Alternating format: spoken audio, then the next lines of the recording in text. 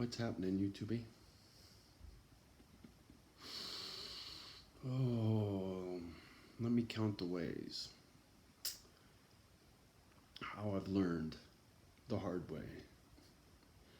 So, on the floor over here, I got bank papers and social security papers all spread out. And I got to take pictures, and then I got to do an attachment, and then I got to do an email, and I got to get it sent off to the loan lady, right?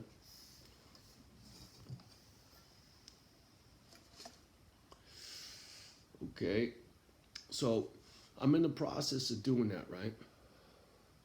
Now, mind you, I got problems with the electricity in my house. Half the fucking power's out. That means I got no heater, and I got no washing machine, and no lights in the bathroom so I could see to take a shower. Been like that for 3 days. So while I got this shit all spread out on the floor, I'm trying to accommodate my loan lady so I can make progress, right? And park manager knocks on the window and says, "Hey," so I go out there and proceeds to tell me how the issue is not going to be resolved until at least Monday. And I said, "Dude, I just dropped the price of the house. It's Friday. I'm probably going to have prospective buyers coming. And if I lose a sale on this house, it's not cool, brother. I'm sorry. And then I said, "Dude, it's not your fault." And then I looked at these two electricians that were fucking around out there that he hired. And I said, "It's not your fault, Alex. And gentlemen, thank you." And these two fine gentlemen never raised their head and even looked at me and acknowledged the fact that I said thank you to them. You know how rude that is? I told Alex, I said, "I'm out." And I slammed the window because I was about to tell them to go fuck themselves to their face. You don't disrespect me like that. So anyway, I shut the window. I came in here. I started to fuck with these papers for my loan lady. And I stepped on my yellow glasses and broke them. Paracel frames are expensive.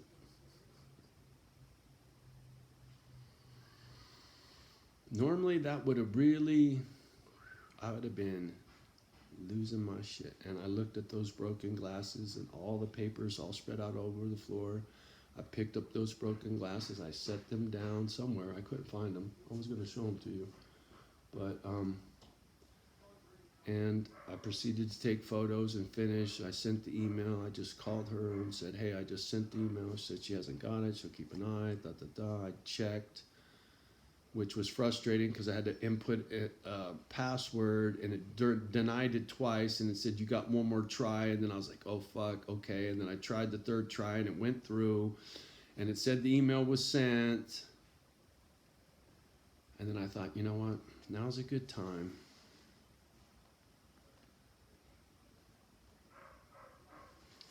to sip on some coffee, take a break, because I hear them out there working on the house, and I'm thinking, man, this really sucks, you know. And then homie just knocked on the window and said, "Hey, man, we found this fucked up thing that just rotting away. We're gonna replace it right away, and your shit's gonna be golden, bro." It's like, cool. Somebody's yiping ass dog out there, that ain't mine. But I managed to navigate this landmine field that I just walked through with park manager and electricians being rude and paperwork and emails and attachments, and I managed to get that done, making progress, and keeping my eye on the prize. And like I said, this is going away real soon. So when these situations arise for me in the future, there's not going to be no smoke break. And the nice thing was, I brought myself down from my anger management plateau there with no 420. I thought, you know what? Let me go do a little documentation of what just happened that normally pushes me way over the edge. I'd be flustered and angry for 2 or 3 fucking hours, right? Stewing. Why me, right? It's just circumstance, right? I wasn't watching what I was doing. I stepped on those glasses and I broke those glasses myself. That ain't nobody's fault. Just my dumb ass shouldn't have set them on the ground, right? Should have hooked them back on my shirt where they were. But because I was frustrated and I was in the middle of doing something, and then they called me over to the window to talk about the electrical shit, and when I got back, boom, stepped on them. Yeah, had he not called me, that wouldn't have happened. I wouldn't have broke him. But I was the one that put him on the ground, right? You can chop things up a million different ways to Sunday, but at the end of the day, you're responsible for your goddamn self. Nobody else. I got to do these papers. I got to get this to this loan lady. I got to handle this stuff. I got to get the power turned back on. I got to find a buyer. I got to get down payment money. I'm short. I got to come up 35 G's. Now, at the house sales, I got it done. Boom, bam, boom. But, I'm trying to come up with it without the house because the house ain't sold yet. And I'm trying to lock that down while I'm trying to... like a goddamn cat chasing its fucking tail, right?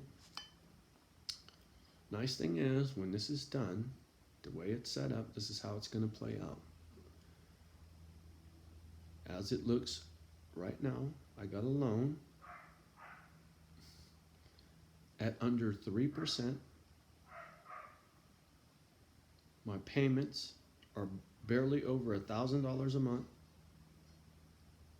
And I got $100,000 to do what I want with. Now I could put that on the house and lower my monthly payments or lower the length of the loan, or I could hang on to that 100 grand and put it into Misfit Island and just keep paying $1,000 a month. It's up to me. I don't know yet. I haven't decided if I want to spend that money on Misfit Island right away or do I want to pay down the note. But at 2.5% or whatever it is, that's mighty cheap money. I won't be able to borrow money like that at that price ever again. So I'm thinking I'm going to hang on to that 100 grand. Thank you very much. And start the build out right away with that money. It's what this is all about. So the way it looks, as soon as escrow closes and I can get myself shipped from here to there, I will be on 34 acres with $100,000 in my pocket to do with what I choose, and my monthly's $1,000 a month. Throw in some incidentals, let's call it $1.50, $1,500 a month. That's what I pay now. I just cut these guys a check for 12 or whatever it was. So my overhead stays the same. That tells me I got 3 G's in my pocket to fuck off every month and 100 grand in the bank on 34 acres. That sounds like a pretty good life. It really does. Sounds like I can make shit happen with that. It wasn't what I had hoped for at the beginning. When my shit show started, I was expecting 500,000 to get my shit show started back then, and it just fell apart. But I made it happen with 2 instead of 5, irregardless. And I made money on this house with my blood, sweat, and tears. All the work and money I put into this house is going to net me anywhere between 40 and 60 grand. I've worked on houses before and didn't get a goddamn dime. See, this is my home. The work I put into this, I'm getting paid for my labor because I put the money to work in the right way. On that note, I gotta go. Peace.